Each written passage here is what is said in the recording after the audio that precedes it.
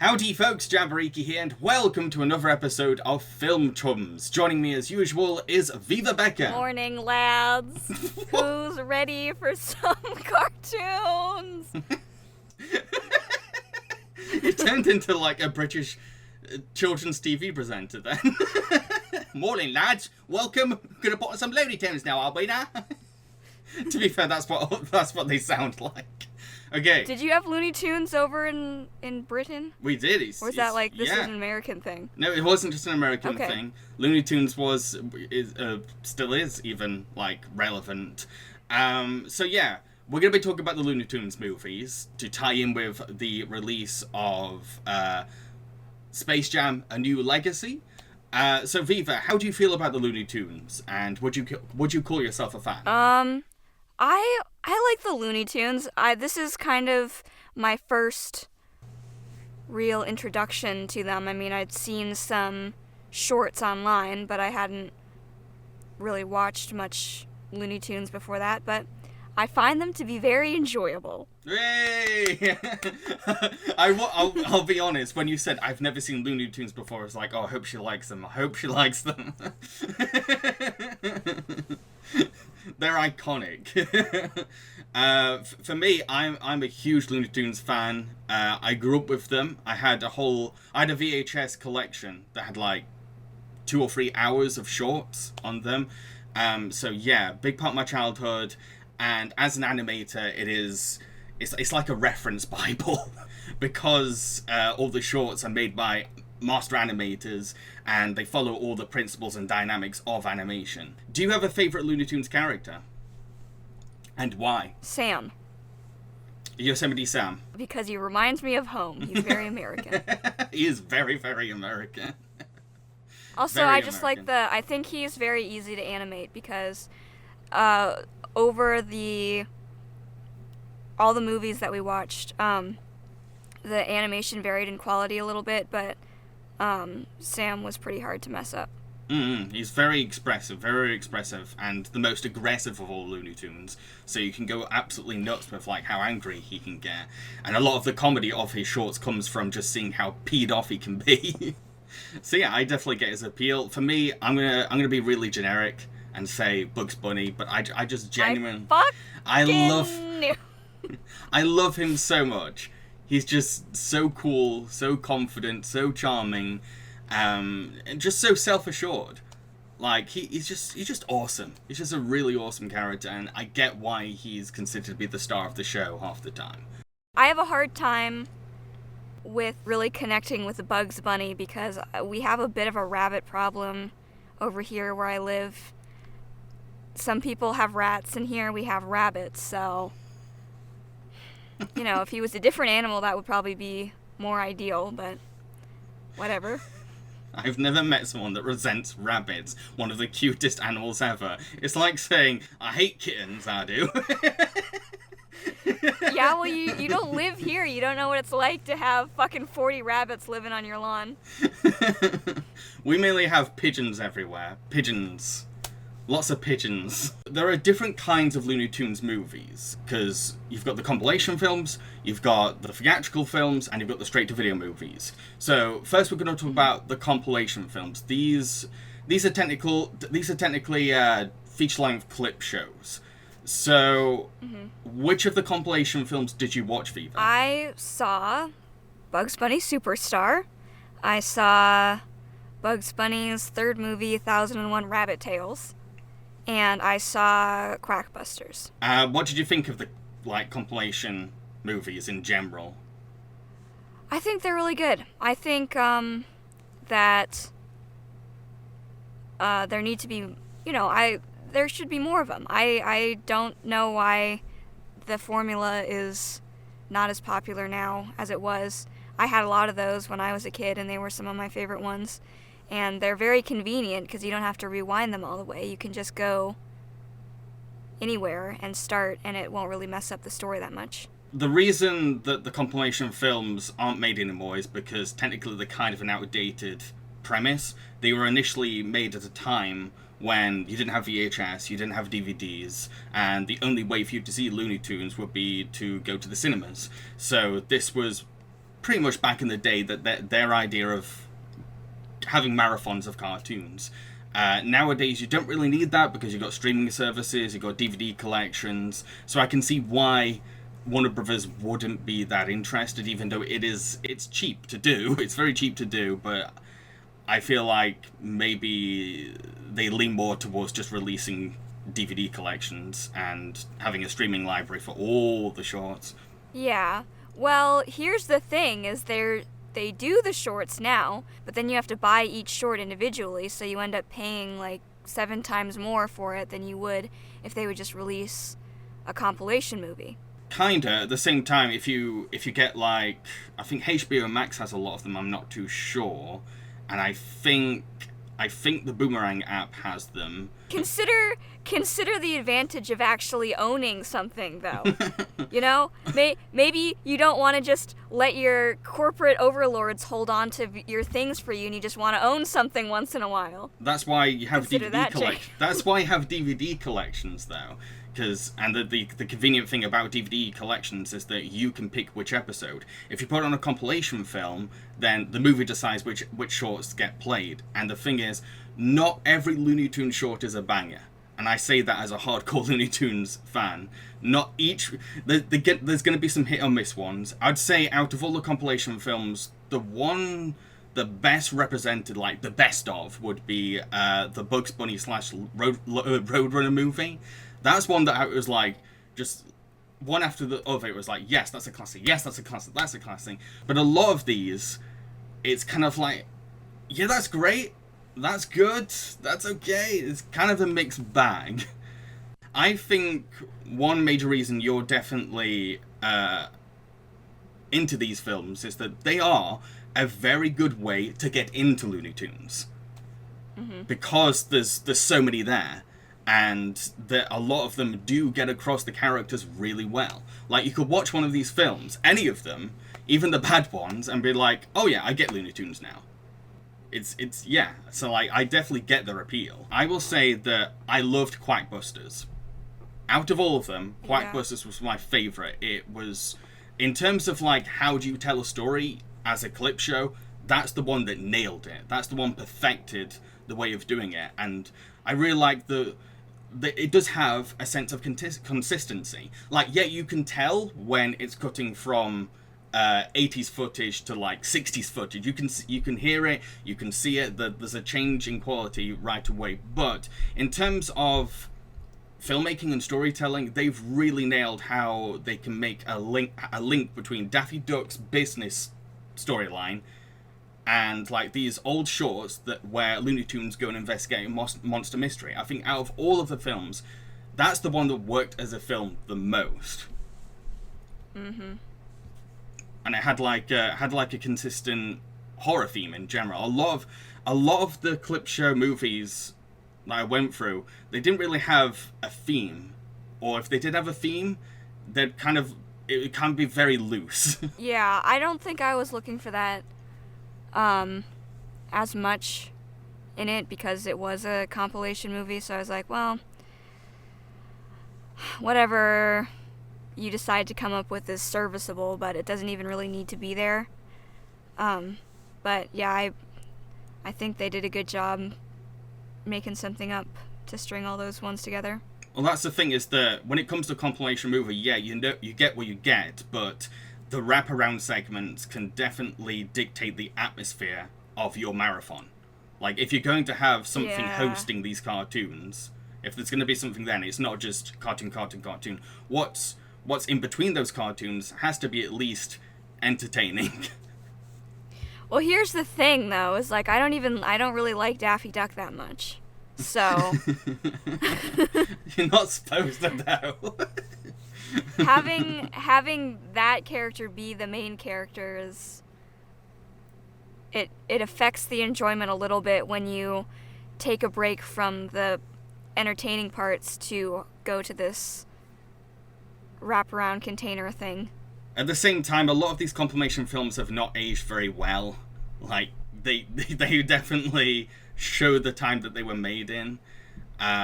This is particularly noticeable with Bugs Bunny Superstar, because not only does it casually reference Al Johnson putting on blackface like it's nothing, and then the film just moves on. But it also features an uncomfortable Native American stereotype. There's a huge lack of self-awareness that really shows the film's age. And the whole movie is narrated by a very sleepy Orson Welles, who clearly doesn't want to be behind the microphone because this was back during his sellout period. And he sounds like he's recording it sounds like he's recording his voice for a potato. Throughout history, man has left great landmarks of culture to mark his path. These are the places where great peoples and ideas were born.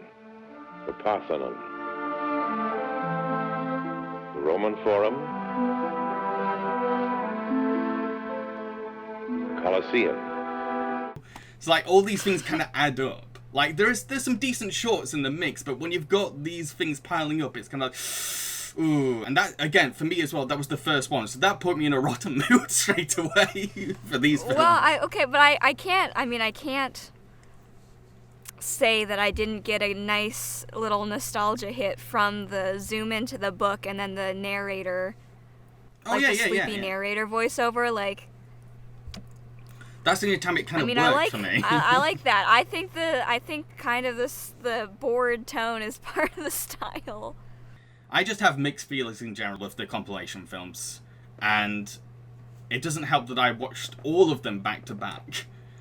And when you've watched that many Looney Tunes cartoons for that long, you kind of go insane. So there's a little bias on my end. Pick one to watch if you've never seen Looney Tunes before. Just to introduce yourself to the characters and the roots of the characters, the early stuff, the original voices, and then you can move on to other stuff and kind of know who these characters are. My favorite one was 1001 Rabbit Tales, so there's my suggestion right there. I got bored. The very, story very was quickly. Interesting. Really? Okay, well, I got bored really quickly watching Quackbusters. I fucking fell asleep watching Quackbusters 2 times, so. What? 1001 Tales is just the same thing all the way through. Bugs Bunny, you have to read this story. Bugs Bunny, you have to read this story. Bugs Bunny, you have to read this story. Until the end. Yeah, but at least the wraparound story is funny, though. It's Sam and his weird little son, I guess. Okay. And I'm just more entertained watching them than Daffy Duck. Okay, I get that. If you lean towards Sam more than Daffy, then yeah, I would get why you'd have that taste. Okay, let's move on to the theatrical movies, the most famous of the Looney Tunes films. First, we're going to talk about Space Jam. When sports star Michael Jordan publicly retires from basketball, he tries to start a baseball career, but it doesn't go so well. Meanwhile, an outer space theme park called Moron Mountain is failing business, so its owner demands his little alien minions to kidnap the Looney Tunes. In order to avoid planetary slavery, Bugs challenges the aliens to a game of basketball. The Toons are pretty confident they'll win, because these space creatures are disadvantaged by height. But our heroes later find out that the aliens have stolen the talents of famous basketball stars, and have become giant monsters. Back on Earth, Michael tries to relax from his stress by golfing with his friends, but he's suddenly dragged down a golf hole, and pulled into the world of Looney Tunes. Bugs explains his situation to Michael. Michael agrees to come out of retirement to help, so that he can support these cartoons and get the NBA stars their talent back. I went into Space Jam with really low expectations because I've heard people talking all sorts of trash about Space Jam. I think that it wasn't that bad. I would say that millennials have exaggerated how good it is, and critics have exaggerated how bad it is. It has its flaws, very, very notable flaws, but I would not say that it's the worst Looney Tunes movie out of all of them. Yeah, well, I wish that they had actually written something for it, because it seems like they made up everything on the day of shooting, so I was kind of missing that, like, snappy Looney Tunes writing, which is disappointing. Well, okay, a little backstory. Space Jam was based on a series of commercials starring Michael Jordan and the Looney Tunes. That's the inspiration. It's a very studio kind of project. Like, there wasn't like a Looney Tunes fanboy working at Warner Brothers going, oh, I really want to make this film. It was like, lots of people like these adverts, let's turn it into a film somehow, and we end up with the most 90s movie ever made. The entire thing just screams 90s. I will admit that I've been a bit too harsh on the film in the past, but at the same time, I also have very rose-tinted glasses because this is my earliest cinema experience, and I was obsessed with Space Jam. And when Space Jam came out, it was a craze. Kids loved it. It was absolutely nuts. So I'm not going into this as someone that's like really bitter and is like has no childhood background with the film. Because no, trust me, I do. Michael Jordan was like my hero as a kid because of this film. There's a couple jokes that worked, and I feel like those are the few jokes that they actually wrote before they went in, and everything else was like, let's make stuff up. Which ones made you laugh? Because I don't remember any making me laugh, if I'm honest. I think there was one or two where they were making fun of Warner Bros. In it. I'll admit, I remember liking the meta jokes. Alright. It's just any time where they're trying to have, like, Looney Tunes being Looney Tunes, it doesn't work because, like, it doesn't have the wit or charm of the classics, and the film's going for a much more juvenile sense of humor. So, yeah. I get why little kids would find this movie to be hilarious. I really do. Because the kind of jokes that children love. I just can't say that the comedy is faithful to the original shorts or will be consistently funny to anyone that's over 12. If you watch the movie, I would recommend watching it with no sound on, except for when they play the Jock Jams thing. And then the rest of it, no sound, just look at the animation. That's very nice. The thing is, I say all the soundtracks are great. It's a really good jukebox soundtrack, I'd say. I liked all the songs they had in the background. I've just seen a lot of movies where it's like literally every single joke is a piece of shit. So I don't know if I would say it's that low. I'm not saying every joke is bad. I'm saying every joke didn't make me laugh. I didn't. There wasn't a joke. There was never a joke where I was like, oh, I was just like blank faced the entire time. I was never really mad. It just went over my head. Oh, here's one. Okay, I remember one joke that was like fucking hilarious, and I don't know if it was actually a joke or not, but like the Looney Tunes and Michael Jordan are going to begin the basketball game, and he's like, hey guys, it's just have fun. It's all about having fun. And that, I fucking laughed my ass off at that, because it's like, they're playing this game so they don't become slaves, and Michael just like, just have fun. The only thing I'll say about Michael Jordan's acting is like, it's okay. It's 90s and cheesy. It's okay. Like, he's competent. Anyone lend me a pair of sneakers? Sneakers? Oh. Sorry. Someone's gonna have to go to my house and pick up my basketball gear. To your house? In 3D land? Yeah, whatever you do. Don't forget my North Carolina shorts. But I'll admit that he vanishes into all the chaos for me. And I think Shaq should have played the lead. Shaq is not a good actor, I know, but he can get very enthusiastic about stuff he's in, and he's weird. You just blend in with the tunes. Like, I feel like he really should have been there, because, like, yeah, Michael's supposed to be kind of a straight man, but he's more invisible than straight. Yeah, I thought, I don't know how it worked when it first came out, but it was kind of nice because he was such a huge anchor to the 90s. Every time you see him, you're like, oh, 90s. But going back to the comedy, I will say that at least there's a creative variety to the types of jokes that the film has. The comedy isn't just limited to cartoons hurting each other.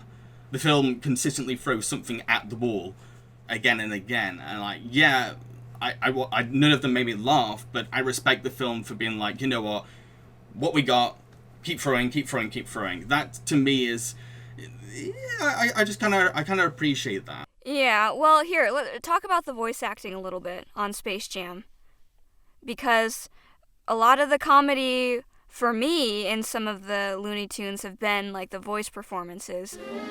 Rabbit season! Duck season! Rabbit season! Rabbit season! Duck season! Fire! And I was just so disappointed with the voice performances in Space Jam. I thought all of them were pretty much bad. And I think that also really sunk the comedy, because the way that the characters say the lines is supposed to be funny. And if you're not going to put energy and humor into the way you say the lines, it's not really going to be the Looney Tunes. Now, what are we looking at here? We got a small race of invading aliens. Small arms, short legs. Not very fast. Tiny little guys. Can't jump high. And it's going to make jokes that aren't very good on paper even worse when you play them. On the one hand, I get what you mean. I understand. But at the same time, it's a lot to put on any actor nowadays to replicate what Mel Blanc did. Because Mel Blanc was a friggin' genius, and I don't think we're ever going to have anyone like him, and it's very, very difficult to replace him. Yeah, well, I thought the voice acting in Back in Action was better, though. I just wanted to hear effort and energy, and I heard no effort and I heard no energy in Space Jam. Personally, I'm fine with the voice acting. I really like Billy West's Bugs Bunny. I like his Bugs Bunny. I like other takes on it more maybe, but I have kind of a soft spot for his take on Bugs. Yeah, and maybe it's just because I've heard a lot of Billy West's other stuff, but I just know he can do way better than that.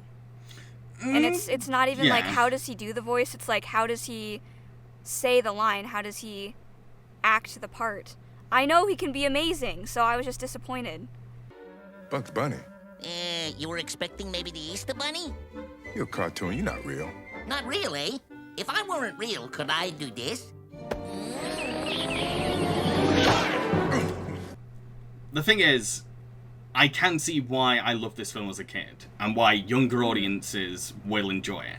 And it's not just because of the really silly sense of humor that can be kind of naughty and rude and kind of dumb. There's something enchanting about the premise that will click with kids' imagination.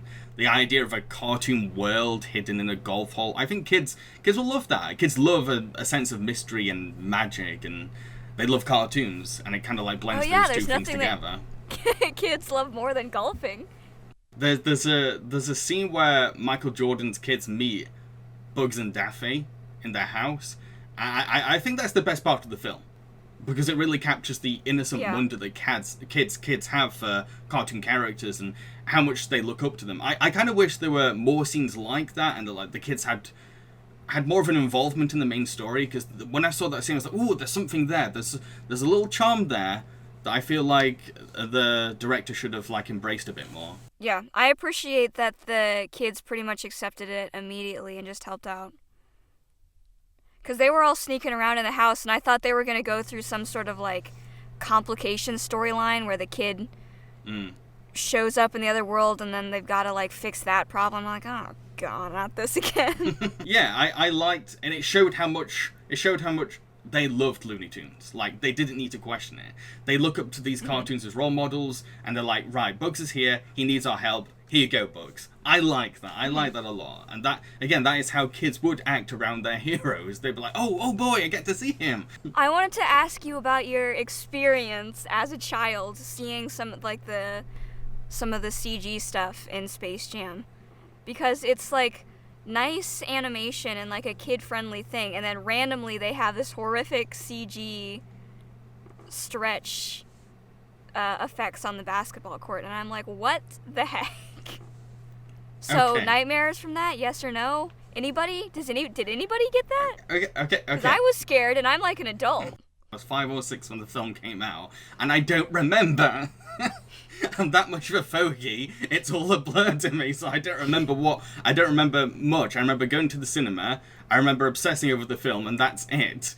But yes, the CGI is terrifying, and out of everything in the film, it's the part that's aged the most. The stretching hand and like the weird like inflation stuff. None of it has stood the test of time. Questionable. Horrifying. It's nightmare fuel. It really is nightmare fuel. There are some shots in this film, and you know how much I hate my Uncanny Valley as well. So I was deeply disturbed. I found myself to also be deeply disturbed. So, the character of Lola Bunny is considered to be one of the worst Looney Tunes depictions ever. How do you feel about it? I thought she was fine. I mean, they could have done better with her jokes, because she has only one joke. Try to get by me, dog. Dog?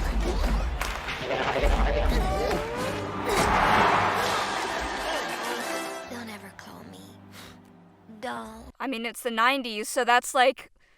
I mean, that's the way that the female characters were in the 90s, so... Oh, it's a very 90s idea of what feminist was.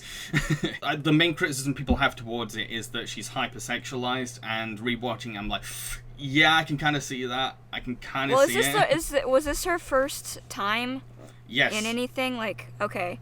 Because it kind of seemed like, to me, they were trying to rip off Jessica Rabbit. Jessica Rabbit, yeah. Because it seemed like they were like, oh, well, mixing live action and animation, let's do what worked for Who Framed Roger Rabbit. Oh, Jessica Rabbit? Okay, let's make a rabbit that's, like, really sexy. No, I totally see that. I'll admit that, yeah. There's definitely some Jessica Rabbit influence. It's just the writers assumed that the reason why Jessica was such a popular character is because she was hot. It's like, no. Yeah, she's attractive, but, like, she's also a very well-developed character within the whole mystery. So, like, yeah, they kind of missed the point. I didn't feel too strongly about it. Like, too negatively about it. In fact, I felt a lot more irritated with the female characters in Back in Action than I did with Lola Bunny. So, to round up Space Jam, despite its reputation, I would not say it's the worst Looney Tunes movie. There are worse. Mm-hmm. Space Jam is at least memorable in how weird and outlandish it is, in both premise and execution. You can't easily forget it. And there's a reason why. I wouldn't recommend, like, watching the movie, but I wouldn't say it's, like, terrible. Yeah, it makes sense why it has a cult following, because it's so bizarre. Okay, so let's move on to the other theatrical movie, Looney Tunes Back in Action. Daffy Duck is tired of playing second fiddle to Bugs Bunny, and his tantrum motivates the Warner Brothers to fire him. However, when Bugs' newest cartoon ends up missing a spark without Daffy, the Warner Brothers demand that comedy vice president Kate gets the duck back. It turns out that Daffy is crashing with struggling stuntman DJ, who has also been fired by Warner Brothers. DJ suddenly gets a call from his movie star dad, who turns out to be a real spy, and has been captured by the evil Acme chairman, a villain who is after the Blue Monkey Diamond. Bugs, Daffy, DJ, and Kate team up together as they get caught in this conspiracy that could change the world as they know it. Unfortunately, their mission will be tricky when the chairman has insiders everywhere. I would watch it over Space Jam. I would watch it again over Space Jam. It's definitely superior. I wanted the animation to be better. That was the big thing that I was disappointed about, was I was like, oh man, the animation, what the heck? It's really not captivating like Space Jam, though. It's like, okay, the characters are doing the thing, but it's not like Space Jam where they're fluid and interesting and stuff. But the thing is, the animation isn't that inspired, but you can tell that Joe Dante is a big Looney Tunes fan. And he's been very vocal about how much he loves Looney Tunes. Because throughout the film, when it comes to animation, he's like a kid with a toy box. And, like, he's making all these, like, tributes and references, and I'm like, you can tell that... I think it's like one of those kits, though. It's like a Lego box where they have the parts already, like, printed for you. So the only parts that are really good are the parts where they're a direct reference to Looney Tunes stuff, and then they can, like, whatever, trace over old stuff and get the energy in there. But the stuff that's not like that, it's kind of boring. It's surprisingly still for Looney Tunes. And one of the big things about Looney Tunes is that, like, surprising reactions happen to things. Like, things that you don't expect to happen, but then when they happen, you're like, oh yeah, I do kind of feel like that. And they just don't pull anything out like that in it. They don't... There's nothing inventive in the actions of the characters. What do you think of the story? I thought the story was, like, very standard. It was fine, though. It was serviceable. It's fair. It's pretty much a It's just a bunch of generic action movie set pieces stitched together, like the hero getting help from a stage singer, finding a code hidden under a painting, and exploring a booby-trapped temple. It's like the writers are following a checklist, but... Yeah, and they hit all of the big locations. They're like, okay, LA, Zoom, freaking Las Vegas, let's go there, Yeah. Paris, Africa, let's go. Yes. You can really tell this is a studio project. But I think the movie does a great job of turning a lot of these set pieces into Looney Tunes style cartoon sequences, especially the art museum scene that experiments with different like drawing styles, and the outer space finale that pushes the realistic boundaries. So yeah, I think even though the writing really saves this movie. The writing is the thing in the movie that's good, and it really is. It's some good stuff. It's very. I mean, I would watch it again because of the writing and not really much of anything else. I was very invested, and that's why I looked over how generic the template is that they're following. I was like, I don't really care. I'm having fun. I'm enjoying the back and forth between the characters. The action scenes are a lot of fun. The voice acting's great, and I really like. I mean, Mel Blanc is still a little bit better, but. So. I'm going to be less harsh on actors for Looney Tunes because I've come across so many interviews, and I've interviewed Looney Tunes actors themselves, and they have there's a consistent shared feeling of nerves because there's so much pressure. So I feel a bit mean saying that these people have to be as good as Mel Blanc. But that's just me. It's a very personal thing. I don't feel right saying to these actors, you need to be as good as this god of voice acting. It's a lot to live up to. It's mean, but it's also their job. So with the voiceover, I think I'm gonna say like the performances had the energy and they had the delivery. The only thing is like I wouldn't say that they feel as natural in the character as Mel Blanc. That's it. So right, okay, still good. Okay. Yeah. Oh, I've hit rock bottom. I'm hanging out with a security guard who lives with his father. Oh, my grease and gravy. Your dad's Damian Drake, a super spy. I'm just gonna play good cop. Okay. I will. James is like, I'm kissing up to these people already, and I haven't even worked. No, I'm being a nice person. Right. So I will definitely give this movie this credit, and I know it's not a huge credit, but Brendan Fraser is very charming and bounces off the Looney Tunes quite well. He is an improvement on Michael Jordan. Very, very funny, Duck. I'm not a security guard. For your information, it's just a job. It's what I do for money. What I really do is I'm a stuntman. Ha! You a stuntman, please? I am. Did you see those mummy movies? I'm in them more than Brendan Fraser is. I like Brendan Fraser's performance. He's done better. He's definitely done better. But I think he did really well working off of the Looney Tunes. He is no Bob Hoskins, but considering what material he had to work with and the technology that they had, I thought pretty good. I mean, he's doing Brendan Fraser. I've never seen Brendan Fraser not do Brendan Fraser before. Gods and Monsters. That is a genuinely powerful performance. And if you look at Bedazzled, where he plays like a variety of different characters in that, like the whole gimmick of that film is him playing different characters. So yeah, disagree. He's versatile. I like that in the film, Brendan Fraser is also part of the universe. Like, he plays a character, but Brendan Fraser is also a real celebrity in this movie, and I like that he's an Brendan Fraser. Played by Brendan Fraser, and he's a massive asshole, and that's hilarious because in real life, Brendan is known as being one of the nicest people in Hollywood. So seeing Brendan trying to play up this whole like rude, snarky arsehole, I was like, that's freaking hilarious. Yeah, I don't know too much about Brendan as a person, so I don't know if I got that, but I did like how every time in the movie he gets brought up, there's just a chorus of people like, he can do his own stunts. I definitely laugh way more compared to Space Jam. I really did. I was finding myself laughing very consistently, and yeah, because they actually did writing for this one. Yeah, there's more of a story. It's not just a bunch of like physical gags on a basketball court and stuff like that. There's Yeah. actual, like, there's back and forth, like, banter going off throughout the adventure. And the jokes were actually funny. If you can forget that Warner Bros. Is the one that was actually making it, just like try and forget that part and imagine it's somebody else, and then it's funny. But you were saying early on how you didn't like this film's portrayal of women. Do you want to go into that? Yeah, so, I mean, I felt like the portrayal of women was very 90s, early 2000s.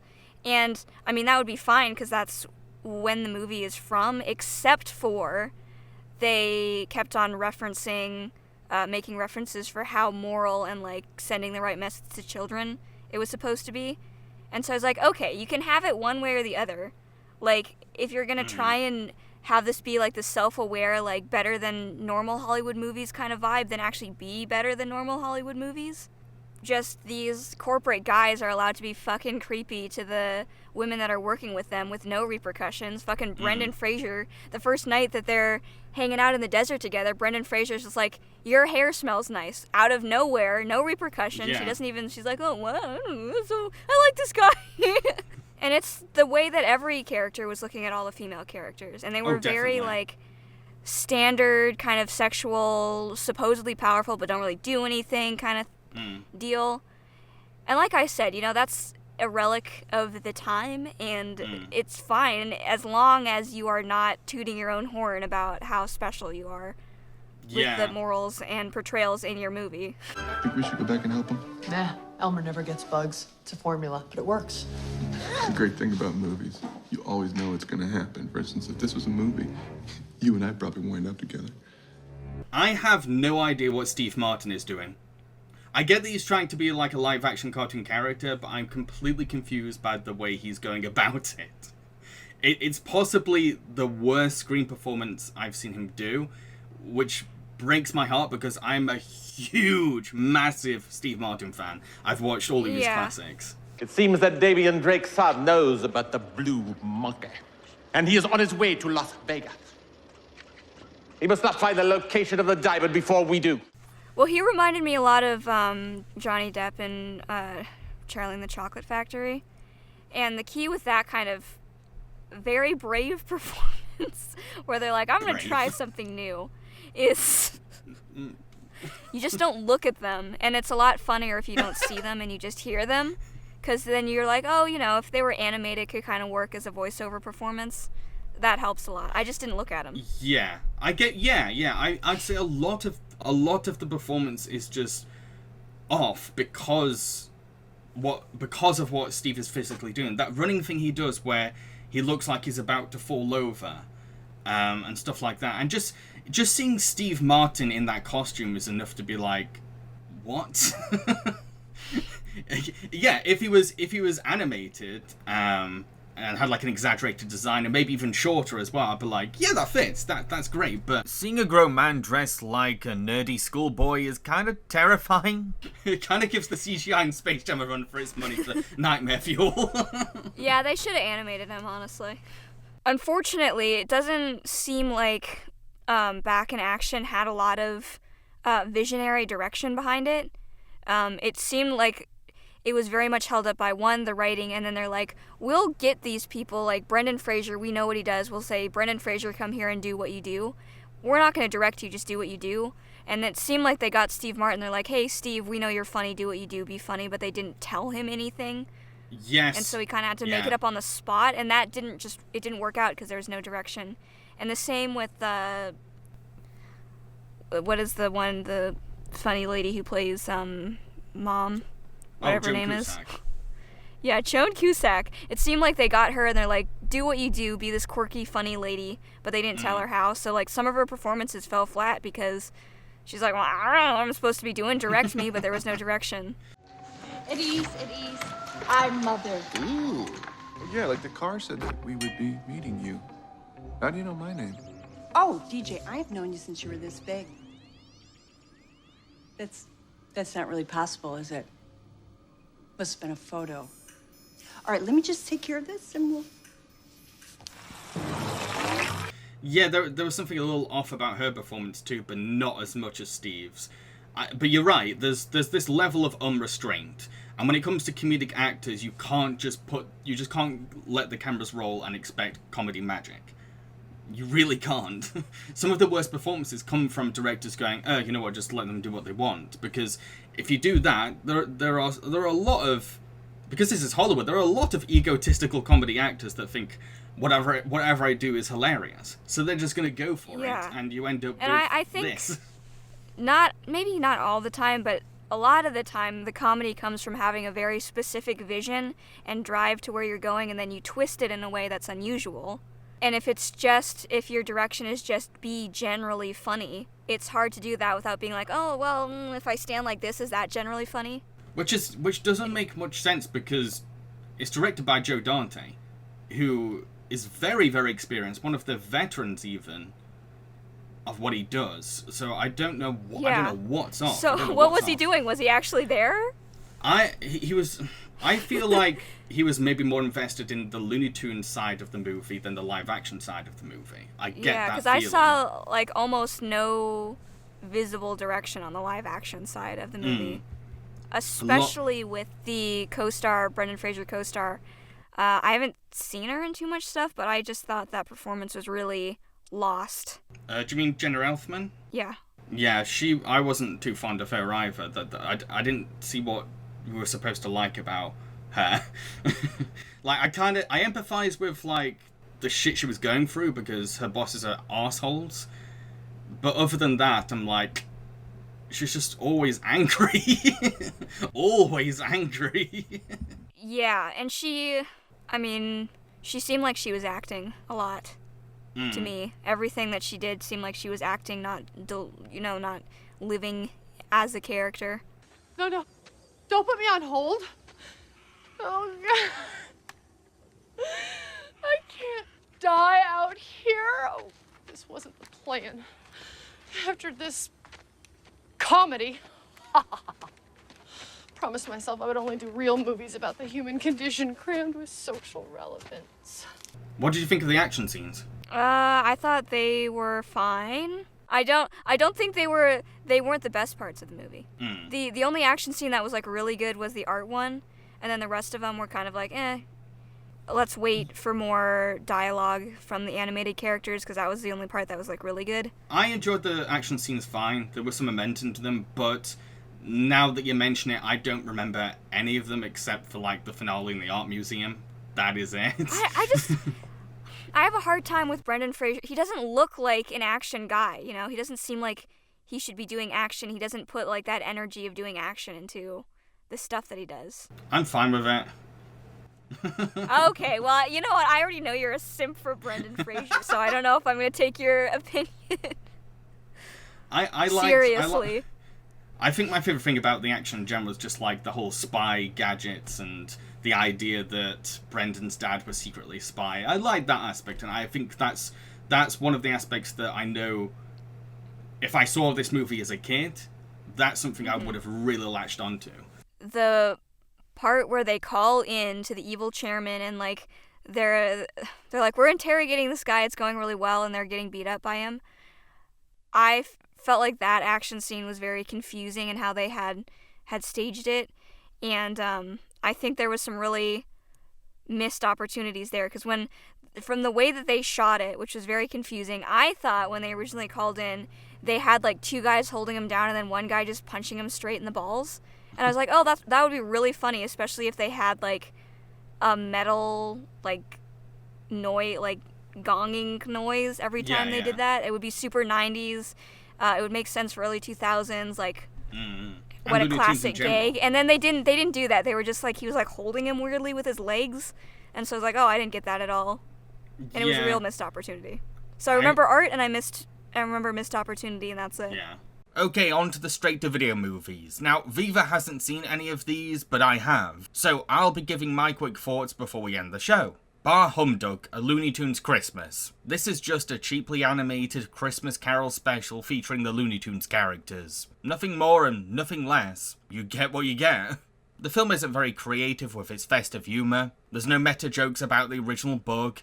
The satire on corporations exploiting Christmas is just your typical greedy businessman jokes, and each ghost has the one same gag of beating up Daffy Duck. As an adaptation of A Christmas Carol, it's pretty shallow. There's a lot of changes that end up diluting the emotional beats of the original story. Most notably, Tiny Tim is now Porky Pig's sugary sweet daughter who wants a dolly for Christmas. Which is cute, but it's something that takes away a big component of the Christmas Carol experience. So yeah, this film fails as both a comedy and an adaptation of a Charles Dickens classic. However, Bar Humdug does have a nice Christmassy atmosphere that makes it at least watchable. Tweety's high-flying adventure. This film is pretty much around the world in 80 days with Sylvester and Tweety. Now, I watched this movie a lot as a kid whenever it came on Cartoon Network. I loved it as a child, but revisiting it as an adult is very disappointing. It's just a Sylvester and Tweety cartoon stretched out to an hour. The whole thing just keeps going and going and going, and the pacing is awfully repetitive. It's just the same scene again and again. Tweety arrives in a country, a predator chases after Tweety until it loses, and Tweety gets a country stamp on his passport. Rinse and repeat for an hour. There's never really any tension, because Tweety is always saved by some kind of convenience. Whether it's one of his bird friends, a Looney Tunes cameo, a cat cult statue happening to resemble him, or Sylvester's own idiocy. However, Tweety at least visits a wide variety of countries around the world. It's just very rare that we spend enough time in a country to get to know their culture. The musical numbers are pretty good and are a nice break from the same monotonous repeated scene. There ain't no way he's on his way, he's going to fail. He's got no friend, he's starting to sweat, and you can bet he's going to bail. He's almost home, he's way behind, he's out in front, he's in a bind. No need to mind, that's why we've been no fun, cause none of you stand a chance.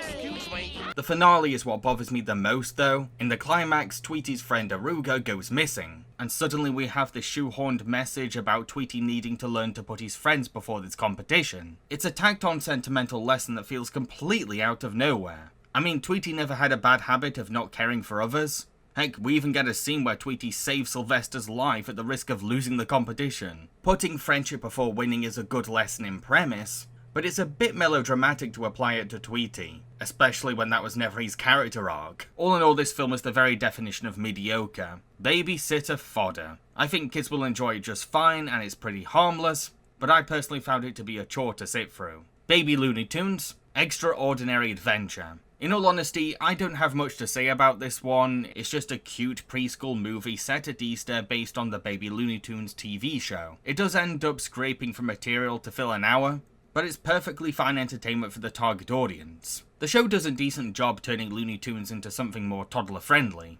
Every baby Looney Tune is faithful to who they are, it's just that they're more innocent and non-violent now. I can't say that this franchise is a good introduction to Looney Tunes for preschoolers. I also like how Baby Taz is coded as mentally disabled, and all the other kids are very supportive and kind to him. That's really sweet, and a good lesson for toddlers watching the film. It's a cute and harmless Easter special that toddlers will love watching every April. Rabbit's Run. Based on the Looney Tunes show, Rabbit's Run is about Lola inventing a powerful perfume that multiple parties want to steal, and she partners up with Bugs to sell her fragrance in France. The film has a very different setup to the Looney Tunes show. It's almost like an alternate universe version, so I can imagine die-hard fans of the sitcom being very disappointed by some big changes. Yeah, it's not as good as the Looney Tunes show itself, because a lot of the charms and quirks have been toned down or taken away, but Rabbit's Run is most certainly the best of the straight-to-video Looney Tunes films. If I was to best describe it,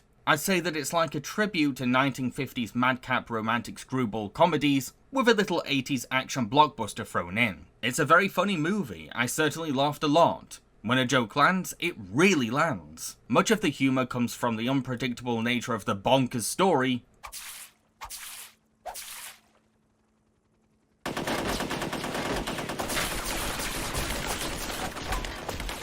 and the banter between the characters.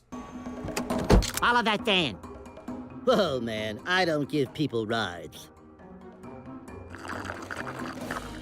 What are you talking about? This is a taxi. Yeah, but it's for my transportation needs only. How do you make money? My salary. Taxi drivers don't make a salary. You only make money by giving people rides. Ah, that's why I'm broke. There's also some decent chemistry between Lola and Bugs, as we see the sarcastic Bugs warming up to the chatterbox Lola, making for a rather cute action movie romance. I know a lot of fans of the original sitcom hate this film. but personally, I thought it was enjoyable for what it is. Any other thoughts on what we've talked about? Watch the Back in Action movie. Maybe don't look at the performances, but please support that one instead of supporting Space Jam 2. Because it'll make you happier. And it'll be a better return on your money. Yeah.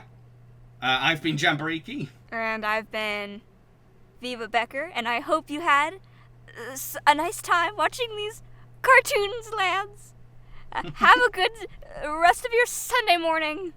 You sound like Lemongrab. Nice, yes. I hope you have a good morning.